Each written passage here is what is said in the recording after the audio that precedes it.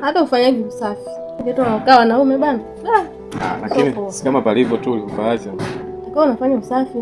Lakini si unajua mimi mwanaume majukumu mengi na mimi. God have mercy upon us. Kama pale mabuibui mengi kufanya usafi huwezi.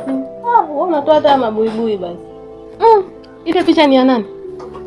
Ile picha ni ya blaza wangu. Mbona kama namjua? Unamjua? Yeah. Acha basi. Shatoka naye yule. Unasemaje? Shatoka naye. Acha masiala. Kweli. Unamjua? Namjua ndio.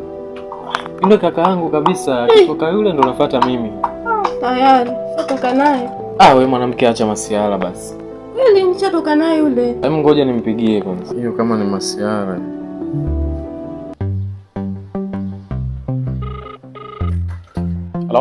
Halo?